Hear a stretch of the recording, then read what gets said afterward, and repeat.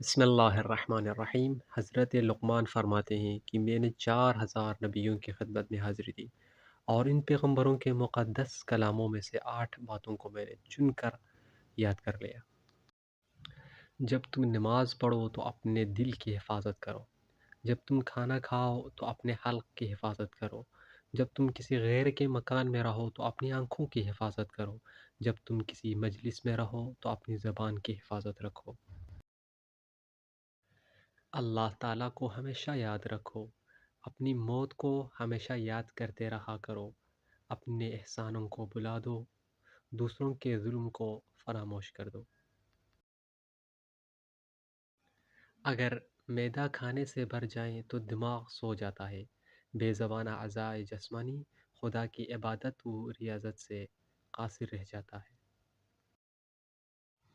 اس عورت سے شادی کرو جو نگاہیں نیچے رکھتی ہو، کم بولتی ہو اور جس میں حسن اخلاق ہو، کیونکہ ایسی عورتوں کے مقدر میں بے بہا دولت ہوتی ہے۔ میں نے عقل بیوقوفوں سے سیکھی، جن افعال سے وہ گھاٹا اٹھاتے ہیں میں ان سے پرہیز کرتا ہوں۔ والسلام علیکم ورحمۃ اللہ وبرکاتہ۔